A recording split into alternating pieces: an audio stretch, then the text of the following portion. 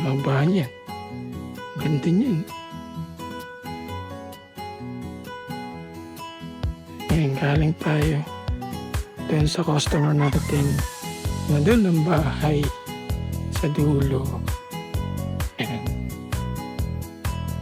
Dumaan tayo din sa lupa. Medyo putik.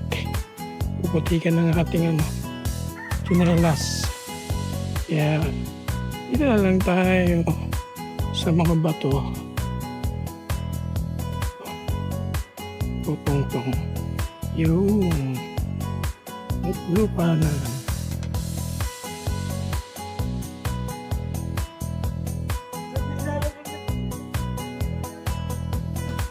Yan na yan, Dan.